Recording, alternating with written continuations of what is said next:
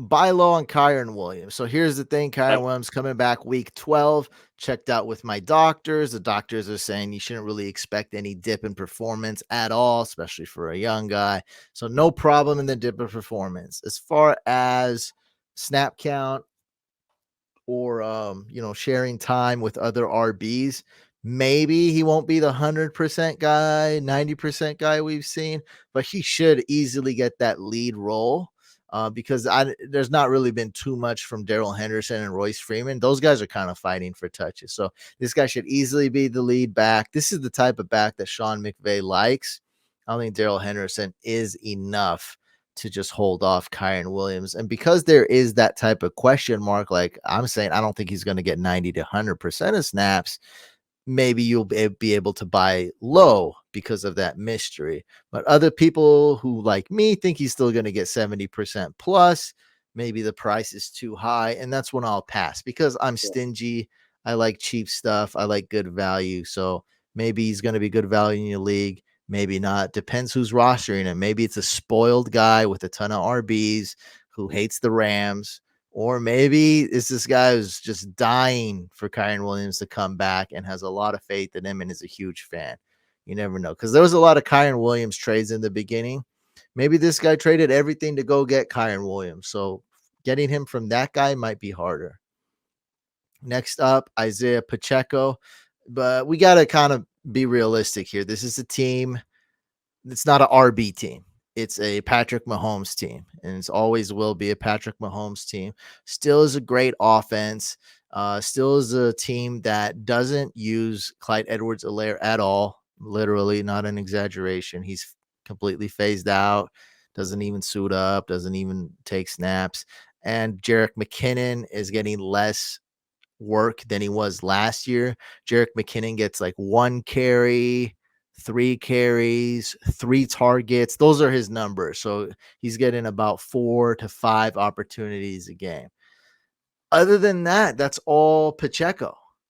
Yeah. And this kind of reminds me of maybe like, Brett Favre on the Packers or Aaron Rodgers on the Packers. Like that was more in the early days, a long time ago. So I was definitely like centered around the quarterback. It wasn't a team, it wasn't a ground and pound team. And still, though, when they were hot, still that RB would always be a top 12 RB. They'd never be the absolute number 1 RB, but it'll be a top 12 RB. And that's what I'm expecting out of Pacheco, a low end RB1. We're talking RB11, RB10 moving forward. I think that's very realistic. He's more involved in the pass game. They don't have a lot of weapons. As long as this team is clicking and they're playing well, I like it. I don't know the exact reason why Pacheco is struggling. The defense is playing good. The offense is up and down in games. Sometimes in the game they look good, sometimes they don't. Still though, man, when you got an offense this good, and this is their only running back and he's really talented, I think he's a good buy low. And when I say buy low, I mean buy low, buy cheap. I'm stingy, I'm cheap. Don't overpay for him. There's no need. He's doing Can I add pretty one thing bad. here? Can I add one thing before you go on here? So Isaiah Pacheco, me and you, we co-own a $250 high stakes dynasty best ball league. We traded a presumably late 2024 second for Pacheco straight up. That's what he means when he says buy low. Since then, in the last week, his dynasty price has skyrocketed.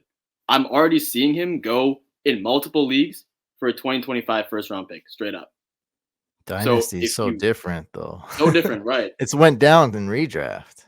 Sure. But what I'm trying to say is if you're gonna buy low, if you're gonna be stingy, you gotta act a little bit quick. This one's I would say have a little bit of a sense of urgency here because his value is actually climbing up and up and up a little bit. But I I do like agree in redraft. I mean, trade deadline is going to be over anyway, but I agree in redraft oh, as well because it's just going to take one good game for the yeah. price to Mhm. skyrocket.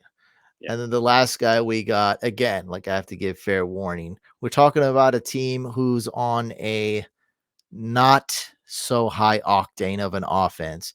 this team scores 1 offensive touchdown a game. When they score 2, they're cheering. It's like they won the Super Bowl. So it's not a high-powered offense, not a lot of touchdowns. And this guy doesn't score a lot of touchdowns, but he's a PPR machine. He's going to get targets. Yes. He just had 1 bad game. And if that's going to cause the price to be low, I'm going to take it. Again, if it's a guy who values Deontay Johnson, I'm not paying up for this guy. But if it's a guy who has recency bias and or a ton of wide receivers, they probably don't value Deontay Johnson. He just put up a stinker. Go get him. Absolute target monster. Like, I don't see in PPR leagues, I love him. I'm comfortable starting him every week in full PPR.